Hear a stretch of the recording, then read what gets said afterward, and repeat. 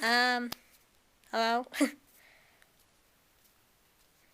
I just recently found that my video on Pikmin, the boss video thing, you probably know about, was like my most popular video on YouTube. It is. It is my most popular video on YouTube. So, I decided, hey, if people like Pikmin, I'll give them Pikmin. So, today I've decided to just sort of talk about the whole Pikmin 1, Pikmin 2 sort of thing, my thoughts on how this Pikmin sequel is, what it's like and stuff. Yes. So, that's the main thing about Pikmin 2. One of the lots of things, but one of the things is I don't like the caves. I mean, the caves are okay and stuff, but they just give too much emphasis on those caves. And in Pikmin 1, I like the whole exploring around the overworld and stuff, searching for the 30 items. But in Pikmin 2, it's more like you're searching for caves, and almost like 90% of your time in the game is in these caves. And I also don't like how the caves are leveled and stuff.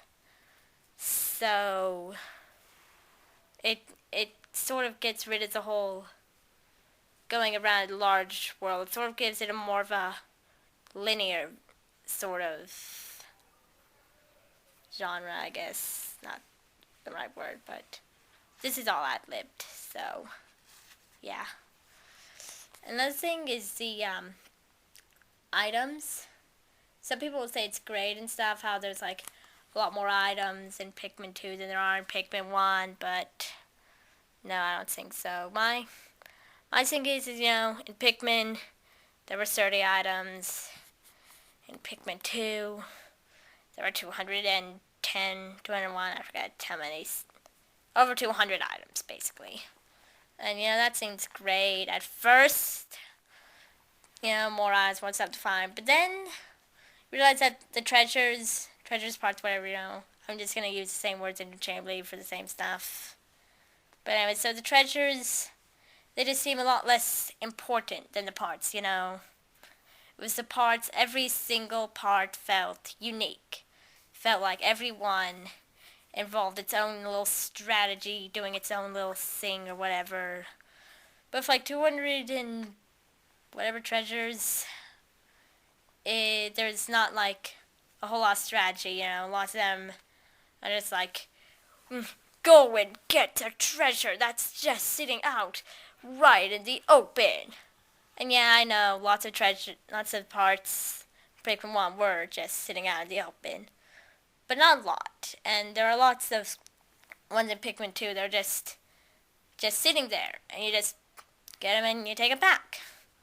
Do your ship or whatever. I feel that really lessened the whole impact of finding a treasure. It's oh, I found another treasure, sweet, let's just bring it back here. I no longer felt like treasures. I never felt that treasures were too important, I mean, ship parts, yeah, those felt important, just because, there were less of them, and it's that whole supply and demand thing. If there's less of something, it seems more rare and more wanted and more valuable and stuff. And also just, ship parts, you actually needed those. If you didn't get the ship parts, you die. But if you don't get all the treasure, it's oh, wow, we wouldn't pay off a debt. It's oh, yay for us, Which also leads me to the next thing in my old rant, is that,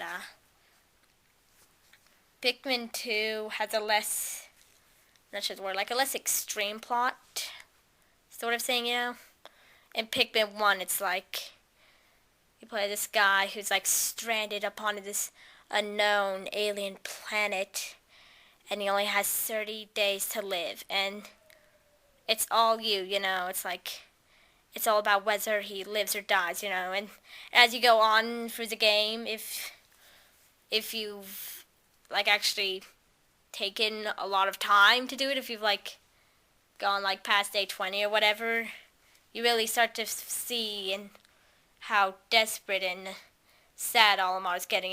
He's like, oh, I am weak and ragged, and I'm going to die. I am losing hope. I may never get back home. It's like, no, I must persevere. I must persevere, blah, blah, blah. But, Pikmin 2, it's like, yeah, we need some money. Okay. Not life or death. It's, instead of any of this, oh, I must do this, or I will die. It's like, I'm hiding under a bridge. Yep. And you get that from your mail. Which also leads me to another thing.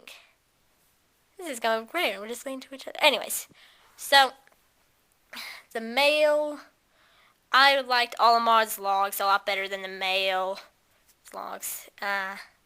With the logs, for one thing, you get an insight into Olimar's mind, his brain, how he thinks, how he works.